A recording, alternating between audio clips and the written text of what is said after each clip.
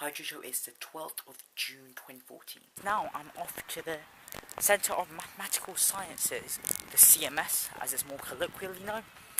Mainly because I go there, well, at least twice a week most of the time for supervisions. However, I actually haven't ever explored it outside of where I've had my supervisions. So because of that, I thought, have a spare day, may as well give it a look. I'm also wearing my Tifia shirt. If you haven't realised, that will come into relevance later in the video, I assume. But it's probably been in like half a dozen videos of mine. In fact, my Tifia shirt appears in 8 of my 96 videos, so exactly 112, which is a reasonable amount. My Tifia shirt, if you come into the video, at the entrance of the mathematical building, and it's probably going to be quite empty at the moment since exams finished about a week ago, so hopefully it'll be good for filming. Here is the Newton Institute for Mathematical Sciences and a general overview of what it looked like. And here is the library and the canteen-ish arena. So here I am, right at the top of the mathematical buildings, or the main building at least, and you can see all of it from here. You've seen the overview, now let's explore a little. This is the canteen in which most of your supervisions take place in.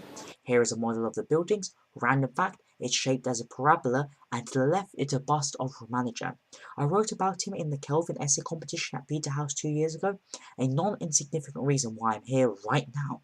Of course, a semi-random portrait of Stephen Hawking, a little overview of the library, and the reason why all of this is voiced over in post-production is that I'm actually not that comfortable vlogging in an area like this. Like, I am really quite uncomfortable, mainly because it's an office area and people are doing legitimate work, so it's like going into someone's office and just filming them.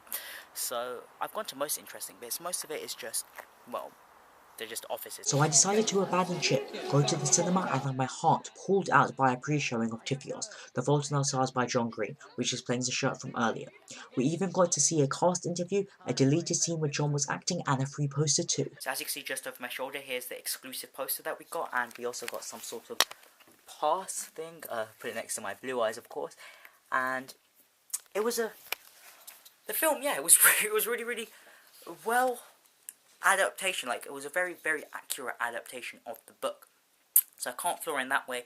I still have to decide whether it was a good film or not on its own, independent of the book, if that makes sense, which I think it does. Then we came back and watched the opening of the World Cup final, Croatia versus Brazil, or Brazil versus Croatia since Brazil was at home.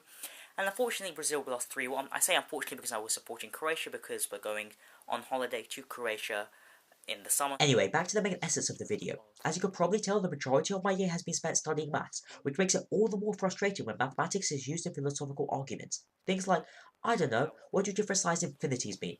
No, you don't get to decide what it means. It's a mathematical object proven rigorously. Perhaps one could argue that there is something intrinsic in the universe that causes this to be true, but then we're going into science, not maths. However, for the sake of poetic elegance, I will indulge in a fantasy that you can use mathematical statements in philosophy. In Tiffios, Hazel's so-called proof that some infinities are greater than other infinities is simply incorrect. The cardinality between 0 and 1 is the same as that of 0 and 2, which is the same cardinality of 0 to infinity. However, her conclusion is correct, and the use of the conclusion is no short of beautiful. You gave me a forever in the numbered days.